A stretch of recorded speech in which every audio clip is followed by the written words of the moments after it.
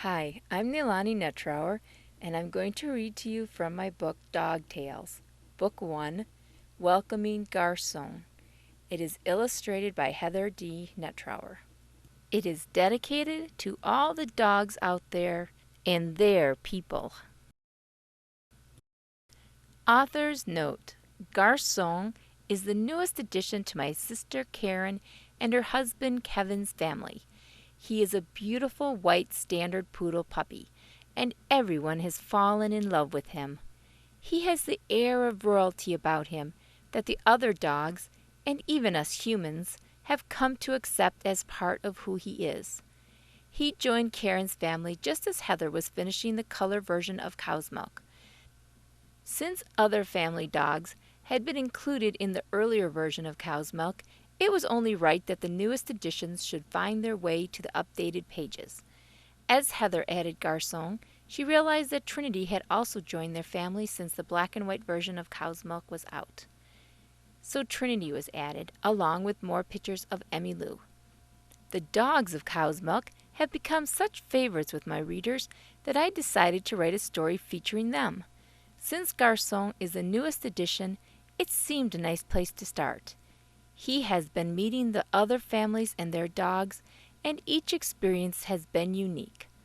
Of course, this story will be told through the eyes of the dogs, so in that instance I must make some estimated guesses of what the dogs are thinking.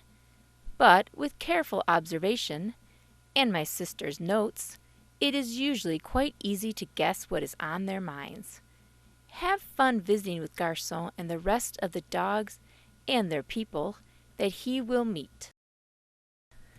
Hi, I am Garcon, and this is my story.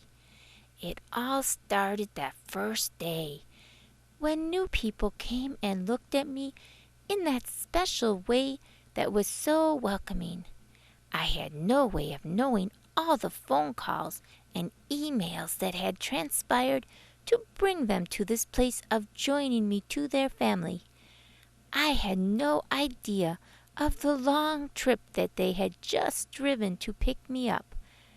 I just noticed that they had expressive faces and seemed to understand me right off. I wagged my tail in greeting. They are very smart. They understood right away what that meant. My people, Karen and Kevin, as I found out they liked to be called, smiled their greeting again. They spoke in a way I understood, with voices that gave me the time I needed to comprehend, with tones that spoke their instant love and acceptance of me. Let me tell you a little secret. We dogs catch on to these signals fast. I didn't know where they were taking me, but I instinctively trusted them. I knew it would be a good place. The trip home was long and full of activity for my people, but I found it tiring and slept most of the way. I could relax in the knowledge that I was heading home. Karen's gentle and knowing touch told me that she knew how to handle me. Kevin's deep voice and affectionate tussling told me that he would also be a good keeper. Yes, I was content, very content. We are going to get your sisters, Karen said, looking cheerfully at me. Sisters, I thought. Well, that sounds interesting. We headed to another place I would soon learn to know. Smaller people ran out to greet me, cuddling with me and exclaiming over me. It felt nice to be so welcomed. Oh, he's so beautiful, one of them, Sarah, said, rubbing my neck. Raquel joined in, petting me happily. I liked that. It felt good. Another of the smaller ones, Jacqueline, came up to me and rubbed me gently. They smiled so much at me that I felt sure I must have done something to please them. Whatever it was, I was glad. I bathed in the glow of acceptance. Then I looked at the other dogs. They didn't look much like me, but they had the scent that told me they were dogs. Mostly I've stayed around my own kind, poodles, you know, so these were different. They didn't take as much interest in me as the small people had. One went out of her way to be standoffish, but she was not one of my sisters, I found out. She was Dixie, and she lived with these people. She sent me a warning glance, and I told her that I would not think of taking her place in the hearts of her people. But Dixie didn't quite trust me. I could tell. She let me know that I was just too cute, too much competition to be readily accepted into her circle. I know I will win her over. Once Dixie was through with me, 2 dogs came close to me as if to inspect me. The way my person Karen spoke to them, I was sure these were my sisters. Wow, they are pretty cute, I thought. But after checking me over a bit, they too walked off, as if they'd seen all they'd cared to see of me. I felt a little disappointed. But Emmy Lou, a black little poodle, and Trinity, a wire fox terrier, hadn't seen the last of me. They soon realized it as I reached the van with them, and then actually was placed inside it. Obviously, I was coming with.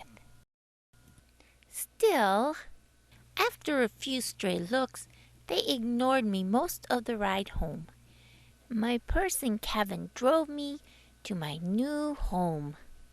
Emmy Lou and Trinity ran out of the van and into the house like experts. I found that I needed some help out of the van, just as I needed it getting into the van. Just as I thought, Emmy Lou said smugly. I told myself that I would learn how to get in and out of that thing soon. I didn't like that look of superiority on Emmy Lou's face. You will get the hang of it soon enough, my person Karen said. Don't worry. And she pat me just how I liked it. I smiled. I knew she would understand, even if Emmy Lou didn't right away. Then we all headed into my new home. I found a comfortable spot on the floor and laid down for a little rest. All that excitement had worn me out. Just as I was drifting off to sleep, I heard the most alarmingly shrill noise, followed by a loud honking sound. I looked up, startled into attention, unable to imagine what those sounds were. I had never heard such sounds before. Then it happened again. That is when I found it was coming from my person Kevin. The first noise I found out was called a sneeze. The second one was called blowing the nose. They are interesting words for such alarming sounds. Once awake, I decided to check out the place a little. It didn't take Trinity long to realize that I was a lot more fun to play with than Emmy Lou. Trinity bounced onto my back, and I turned and jumped back at her. Soon we were romping around the living room. Was that pleasure I saw in Emmy Lou's eyes? Why, yes it was. She must think that I am very athletic, I thought. Actually, it was because Trinity had someone beside herself to pounce on, and it was relief that made her happy. But I didn't know that at the time, and it felt good to think that I had impressed her. Then the playtime came to an end, and I followed Trinity as she headed for a pile of stuffed animals in a corner behind the couch. Great, I thought, and picked one up. Now wait a minute! That is going too far! Trinity expressed her disgust at me taking one of her animals by pulling it from my unsuspecting mouth. It came out easy the first time, since she'd come upon me without my notice. But I would not let her get the next one so easily. I grabbed another in my mouth and ran to the other room, baiting Trinity, who was happy to comply. More roughhousing commenced until I decided I'd had enough and promptly flopped down on the floor and fell asleep. Trinity, having had a nice exercise, soon followed. Emmylou had been half attentively watching us. Now she gave up and fell asleep herself. The next morning the potty training began.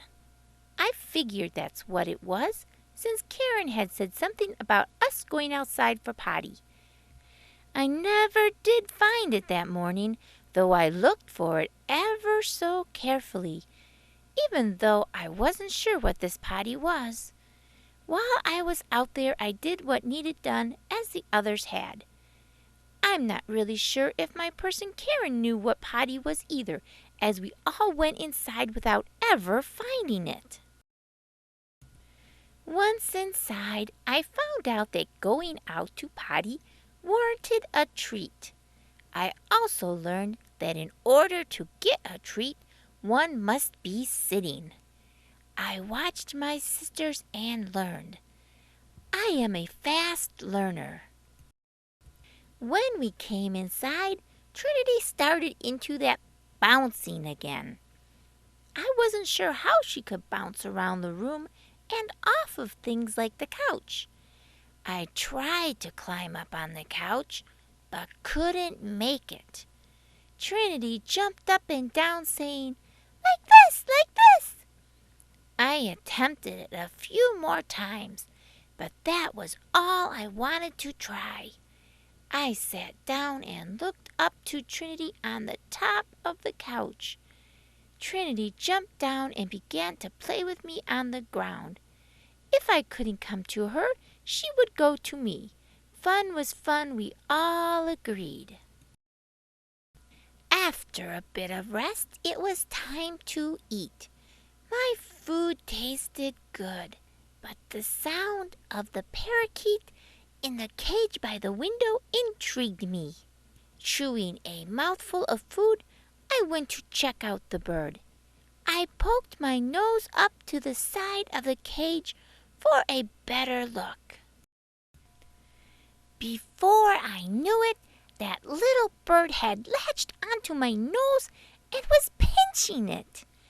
I fell backwards, dislodging the bird from my nose and scattering dog food around the room.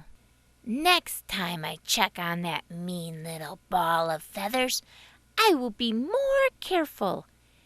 I know what pain he can inflict with that tiny beak of his.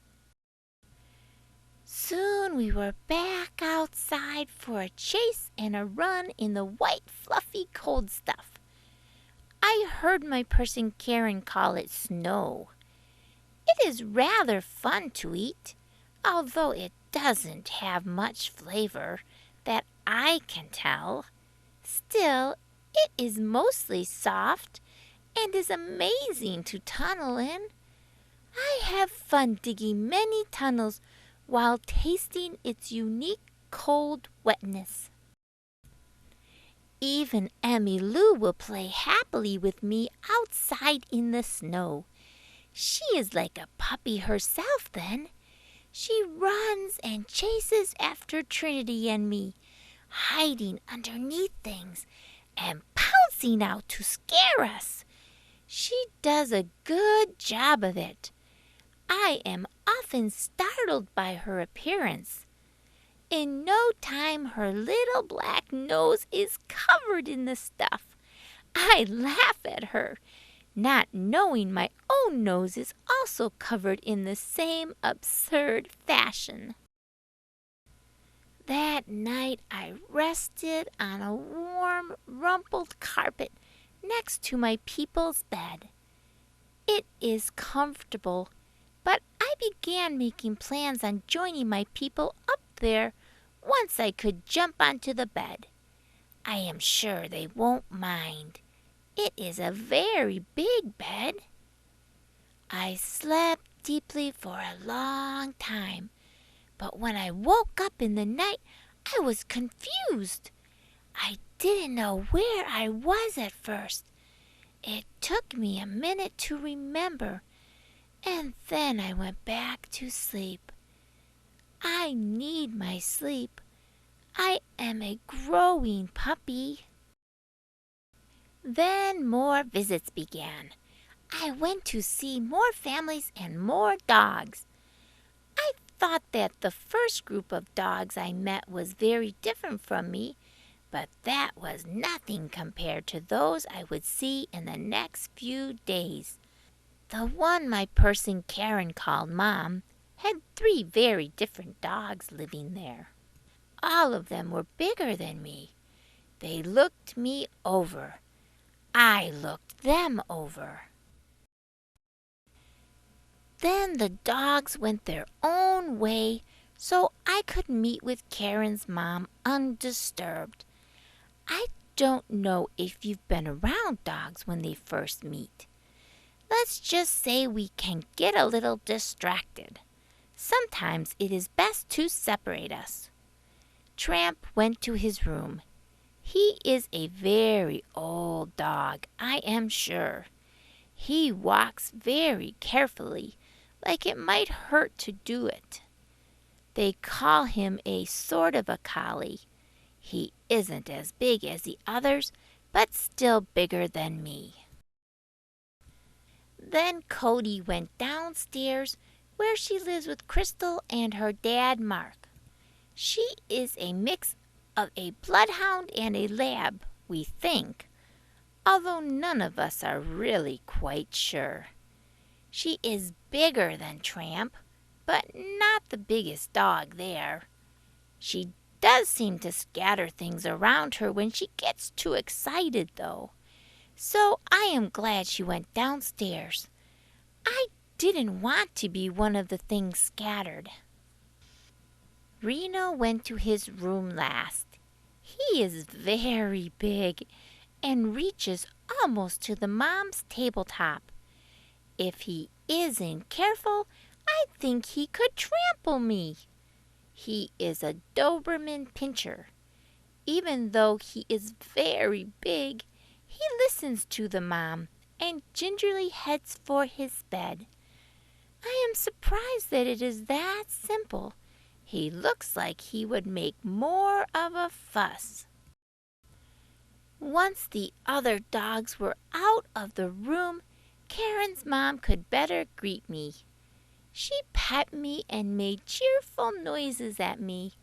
She played with me and complimented me. I have a feeling that she has had many puppies herself. Oh yeah, I mean children. I keep forgetting that they don't call their babies puppies like we do. After that visit, it is over to Heather and Autumn's house to visit with Kramer. Kramer is a Boston Terrier. He is noisy and likes to jump a lot, but he doesn't bounce like Trinity. He likes me instantly, I can tell. He doesn't worry about me stealing away the affections of his people. He is very assured of himself. He likes my company. Heather and Autumn have been waiting to see me since they heard I came to live with Karen and Kevin. They tell me this as they take turns petting me and holding me. I cannot stay long, as it has been a busy day for me already, but Karen tells them that they will see me again soon. Soon we are meeting a very tiny person. She comes with bigger people, Corey and Ariane. They call her Tiana, or sometimes just T. I think she is interesting, but I don't get too near to her, as she likes to grab. Trinity, on the other hand, finds her one of the most entertaining people she's ever met. They play, grabbing, reaching, jumping, crawling, bouncing, squeaking, squealing, and making all kinds of racket. For once, I choose to be on the sidelines with Emmy Lou. I meet more people and more dogs as the days go on. My sisters have come to accept me as part of their lives, not just someone they are puppy sitting. I have had many flashy things take many snaps of me, almost everywhere I go. I am not sure what its use is, but the people always seem to talk to me in a certain way when they put it to their eye. I am getting very good at posing, I am told. I am still not sure what posing is, but I am glad that I am so good at it. I also sleep a lot. A growing puppy needs a lot of sleep. I have a comfy bed and my own blanket I call my whoopee. I have to admit, I heard it called that from my person Karen first, but it is a great name for a blanket and it has stuck. I even have my own toys, although none of us really pays much attention to whose toys are whose. We have fun with all of them. Lately, I have been hearing about a pair of Dalmatians, and I am getting curious. Their names are Lucky and Lefty. I can't wait to meet them. They sound like they would be a lot of fun. Their people's names are Brian and Cheryl, and they are friends of my people. They sound like a lot of fun themselves. I like dog people. In my opinion, they are the best kind of people. I knew that my person Karen was smarter than most people when it came to the care and understanding of us dogs. Then I found out one of the reasons is that she's a national certified master groomer. I'm not sure what all of that means, only that she takes good care of my sisters and me. She also takes good care of many other dogs, and even cats, imagine that are not hers. Their people bring them to her for special care. She knows just what we need to stay healthy and beautiful. My person Kevin is a very fun person to have around. He plays with us.